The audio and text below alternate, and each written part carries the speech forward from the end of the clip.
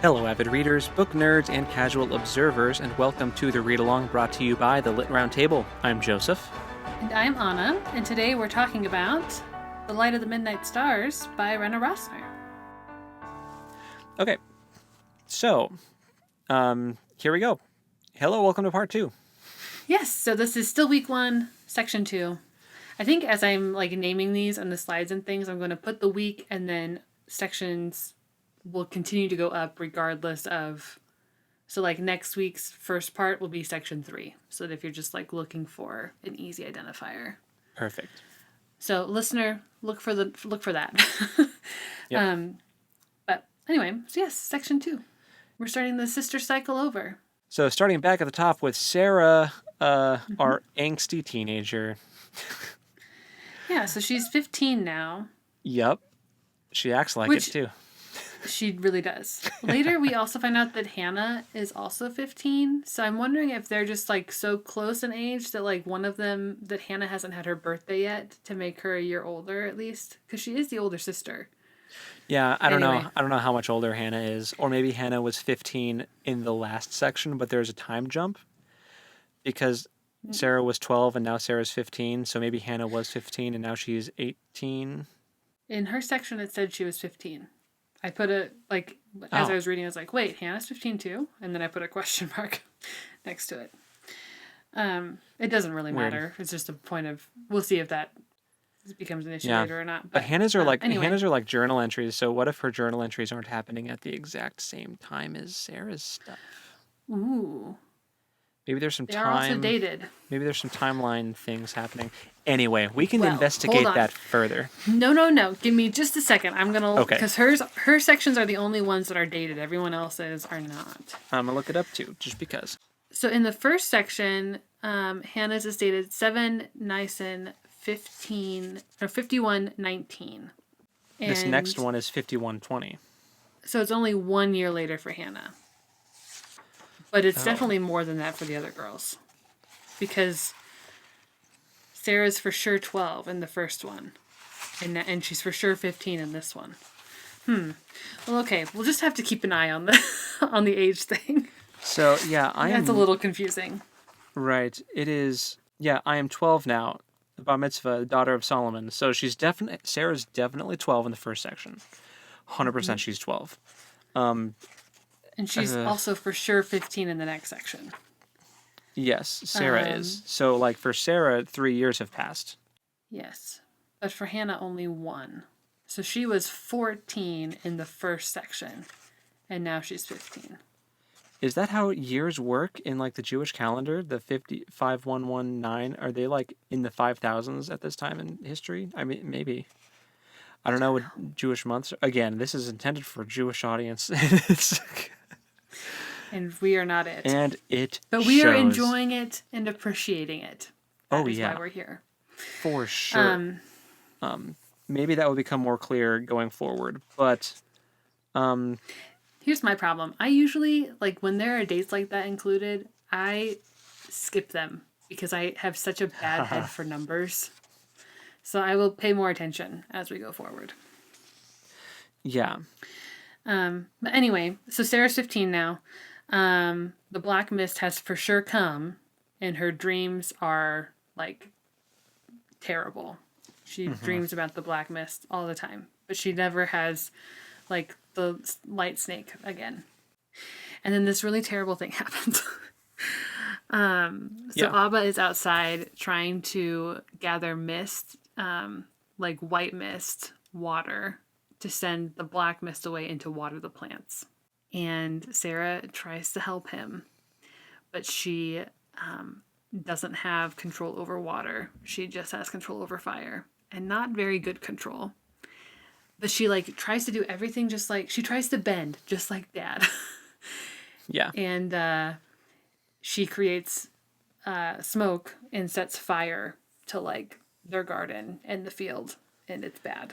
Just destroys their whole family's livelihood in one fell swoop. Yeah. See, being descended from farmers like we are, that was a little triggering. It was. It's like you put so much time and effort. And, this is back at a time where I don't think that farmers insurance was a thing. I'm pretty sure that if their field burns down, they're just hosed. Well, and you and I have both seen a cornfield on fire. You remember that? Yeah. Grandma's. Yeah. So that was fun. And then she basically gets grounded. And she's told to stay inside, and she can't come outside until she can fill a cup with water from the air. Mm-hmm. And she is just angry. She is full of rage. Yep. Firebender problems. Mm-hmm. She is, that's kind of her thing. She's a redhead. She's fiery. She's angry. She's 15. Mm-hmm. She's at that stage in her life where everything that comes out of her parents' mouths is stupid and shouldn't apply to her, and it's ridiculous.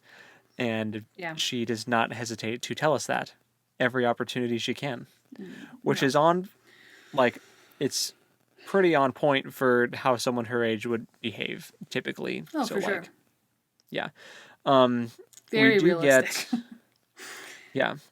She does keep secretly messing with fire bending, like at night when she's supposed to be sleeping. She'll like do stuff in her mind with like the fire magic and also with the weaving. Like she'll imagine herself going like into other people's homes and like unraveling their rugs and re-raveling them in different patterns and mending the holes in people's clothing with this magic. And I'm just like, could you imagine how disconcerting that would be to go to bed one day with one rug and wake up the next day and it's a totally different rug? Right. Well, and that would be so disturbing. Yeah. Well, and like the epitaph told us in the last, like in between the two sections, people are noticing that things are coming unraveled. So I'm curious if she thinks she's re-raveling them, if she's actually accomplishing that, or if she's just like getting halfway there. But she's definitely unwoven and rewoven everything in their house. I just thought of something. Has it been established yet that rabbi got killed in his sleep? Has that happened? Or have they talked about that yet? I think it comes up more in Hannah's. It definitely comes up more in Hannah's. I don't know if it's been I don't know. I'm not sure. Okay. Well, we'll come back to that in Hannah's because I just thought of something with Sarah's thing. I don't remember who.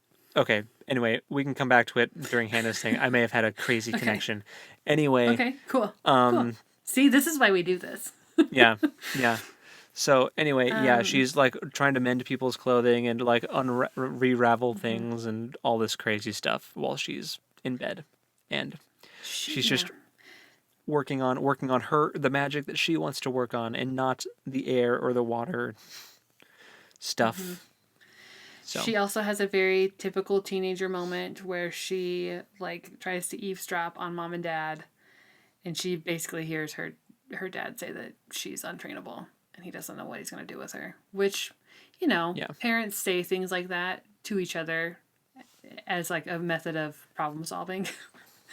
I don't think that he actually thinks that she's unteachable. He's just frustrated and stuck. And of course, she walks away right after he says that, so we don't get to hear what Ima says to Abba and like what the resolution ends up being. Pretty common trope. If you're eavesdropping, you're going to hear the worst possible thing and then leave before there's a moment of like, oh, don't say that. And then he's like, oh, you're right. I shouldn't say that. She's not untrainable. I've just got to work harder. I've got to do more. But of course, they always walk away before that moment. Right. You don't hear Ima say, well, when you were a young man, remember when you set fire to the barn? Right. Not that Abba did that, but you don't get to hear that little bit of resolution. And then we also have another Bible story. Or I shouldn't call it a Bible story. Another retelling of the story of Daniel. I wrote the names down. I will probably butcher them. Hananiah, Shadrach, Meshach, and Abednego. Yes. This is the story. Yes. A renaming. Mishael and Azariah. And that was, again, very similar to the Abraham story where they're thrown in the fire and Nebuchadnezzar's like, oh, we must worship you. And they're like, no, it's not us. Yeah. Yeah. Again, being thrown into furnaces. Which, like, so I'm just going to say it's very understandable how that is a theme with a Jewish author of, like, representing persecution given everything that happened during the Holocaust also. Like, and it's just like, man, can people please stop trying to put Jewish people in furnaces, please? Like, what? Why is that a thing in history? Why? This is I don't even know if I should say this, but I'm going to say this. Okay. I had not made the connection that this has been a theme for the Jewish people until this book, when she pulls out those stories. Yeah, me neither. No, me neither. And I was like, wow, how have I not made that connection? Yeah. That there's, like, so much generational, like, even with their oral storytelling, like, traditions, there are apparently, it's not just the one story of the three dudes that get thrown in a furnace. There's, like, other stories in Jewish tradition that are also similar. And then you look at what happened in World War II and all the people that got shuffled off into the death camps, and it's just, man. It's the most heartbreaking. Yeah. Because we also know how, like, even for a Christian tradition, we look at the Old Testament as a way of, like, projecting, like, what is to come. And that is so disturbing. Yeah. When you think of it that way. Yeah. So, anyway, makes me a little emotional, but yeah. But I recognize it, and I appreciate that it is a factor in the storytelling for this book. It's an important part of their history, and I respect and appreciate that it's included. And it's not like it's not like, oh, let's just not talk about that trauma thing that happened. It's a, no, we're going to talk about this because, I mean, I feel like that would be kind of the approach to someone who, like, doesn't have Jewish heritage, but someone like the author who is Jewish, like, probably has somewhere in her family tree back at that time that maybe was sent to a death camp, you know, like, who knows? Who knows? So, anyway, tangent. But another story about those three getting thrown into a furnace and surviving, and people being like, oh, should we worship you? And they're like, no, don't do that. Worship God, the one who saved us, not us. And Ema says, wouldn't that be something if someday people said, wow, isn't that amazing that God helped Sarah Siparka about in this time to, like, chase the shadow away and, like, all this stuff, and it just totally does not land at all. Like mom was trying to have such a heartfelt moment with her kid about, like, oh, you're gonna grow up and do great things, and she's just like, shut up, mom.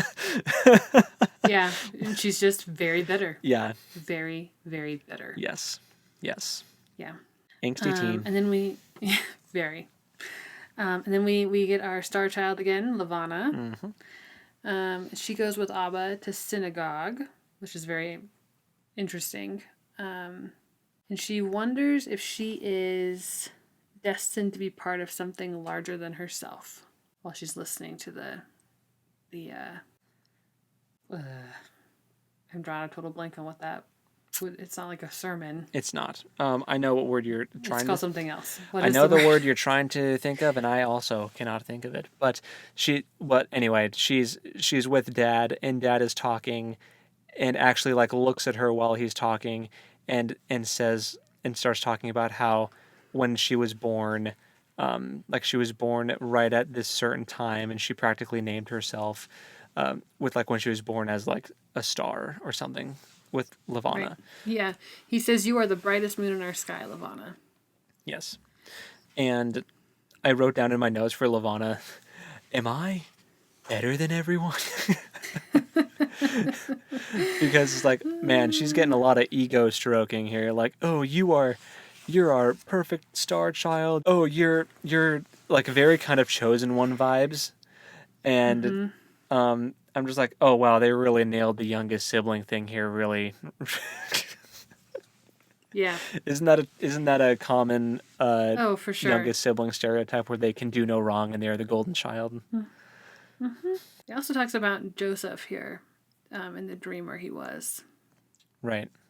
And Abba winks at her when he's talking about Joseph. So it's like he's like likening her to Joseph, which is interesting, considering everything that Joseph went through with his siblings. Yeah, so it's interesting. Her section was very short this time. Super short. There was a moment, I think it was towards the end, where she like looks up at the stars again though, and there was one particular star that shined like way, way, way brighter than the rest of them that she saw before And then it blinks out. before it gets covered up by the darkness again. Very Frodo and Sam in Mordor at the end of Return of the King, looking up at the stars. Yeah, totally. So anyway, so yeah, that's Totally. Levana, and we wrap things up with Hannah. Good old Hannah. Yeah, so she is once again helping Dad out, being a good, diligent little scribe. And Well, she is. We do learn that this chapter is not written from home. Like she's journaling from somewhere else. right. Is that spoilery? Well, we'll get into it at the end. But Okay. Sorry. yeah, she's like, the most amazing thing happened to me tonight. I can't wait to tell you all about it, journal. And then she gets Yes. Yes.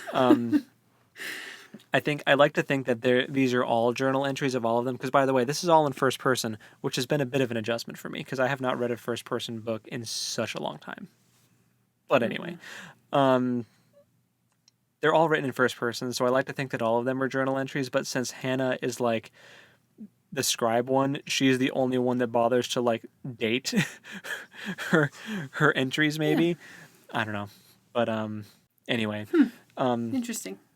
She is writing down everything her dad says, and her dad is saying some really interesting stuff about how there are only ever 36 righteous men in the world at a time holding up the pillars of the world, and if there's ever less than that, the world will like crumble. And I just thought that was really interesting. There are things that come up in this book now, and I'm like, I wonder if that's like a common thing in Jewish belief. Like, is that a thing that Jewish people believe, that there are only 36 righteous people at a time? Like, that's just interesting. But anyway, there was other stuff too that he said, and she was like, "Oh, do you want me to write this stuff down?" And he's like, "Oh, no, don't write this down." But This is just, and she's like, "Of course, I wrote it down here." Like Yeah. I didn't write it down where he didn't want me to write it down, but I'm including it right now. he talks about how there are 3 different types of learners. There's a sponge, a funnel, and a sieve. And he was like, "You're a sponge. You absorb everything, and that's why you're helping me scribe this book, the Book of Solomar, so that people can know about us and like what we do and why we do it." And she was like, I wonder I wonder which of my sisters are the other ones. Who's the sieve and who's the funnel? And I was like, well, Sarah is the funnel, and she's funneling everything into her rage. Yes. Um, And anyway. Levana is just like sifting for stars. That's Yeah, all I she guess so. wants. Yeah.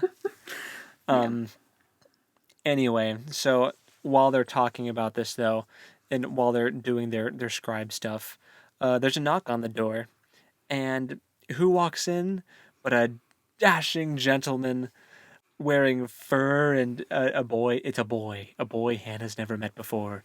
And she had talked earlier about like I think it was in her first chapter about how like she never like dad never brings home a boy for her to meet to like marry or anything, and she's just like, oh, I want to get married and all this stuff, and then a boy just saunters into her house. So yeah. His name is Jacob. Yes. Yeah, and he is needing help. He's royalty. And he needs help because his mother is very sick. And we find out that Ima had delivered Jacob when he was born, and was a great help to his mother then. So he's hoping that she can come and assist him again. Yes. Until he finds out that Hannah is also a gifted healer. And then he wants Hannah to go. And when Hannah walks out of the room, he asks her dad if she is of marriageable age. Mm-hmm. Which, okay, I'm hoping that the time gap still works here in that she is 18 and not 15 or 16. I hope. But, I guess we'll see. Different time. But Mm-hmm.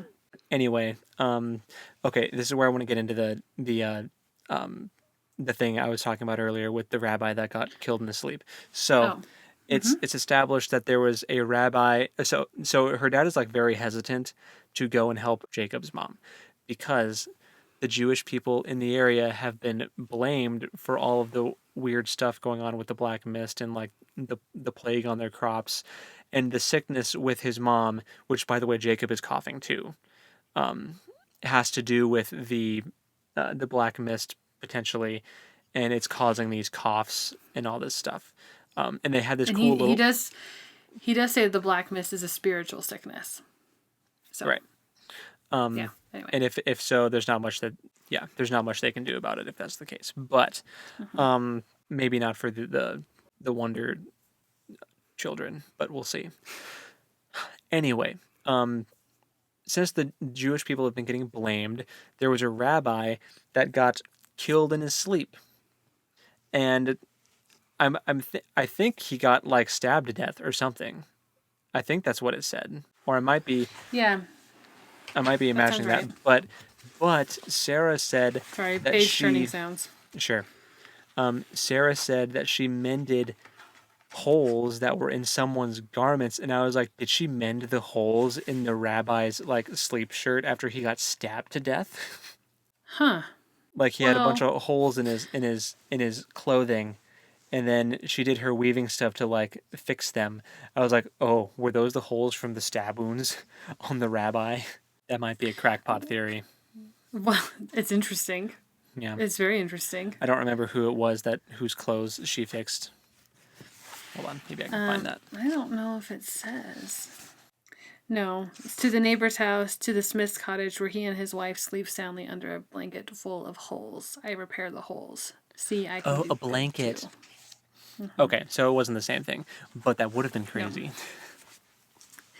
I like the way you're thinking. Yeah. Anyway, Unrelated. so no, not the same. Unrelated, but still. But that rabbi was killed, and there was a note beside him blaming the Jews for the black mist. Yes. And Abba does not want that to happen in his family. Mm-hmm. Understandably so. And he knows that this will potentially draw attention to them if this woman is miraculously healed by one of them. So he does eventually allow Hannah to go, and she goes to get with her mom to get all the stuff that she needs, and her mom is like reading. It's funny because she says that her mom reads prayers from a prayer book like some women read fortunes, and she's just rattling off these prayers from her prayer book as she's about to go embark on this mission with this handsome boy and all this stuff. And you can tell like dad is not having it, like does not want her to marry a non-Jewish boy, but I feel like mom is like kind of all over it, like yes, do it. Yeah, like each other. I mean, I think they're both uneasy about her leaving the house, but yeah, it's kind of fun to see the difference between the two of them. Yeah. Yeah, so her and Jacob go out to heal his mom, and she's like, I'm writing this from the fanciest room in the comfiest bed that I've ever been in, and I can't wait to tell you about what else happened. And that's pretty much like the end of it. Yep. So in the next Hannah chapter, I'm guessing it's going to be pretty interesting. Yeah, that's what I got. Nice. And we have another epitaph. Well, yeah, which I didn't read because it wasn't part of this week's reading. It's part of next week's reading. Oh, gotcha. Did you read it? No. Okay. I did, but I'm going to say no, and Okay. because I'm going to read it again because I don't remember. You're funny. Anyway. So for next week, or not next week, but the next week we upload. So whatever date that is. 2 more cycles. Yep. For the sisters. 2 more sister cycles. Sounds good. So, what are your first impressions? How are you liking things so far?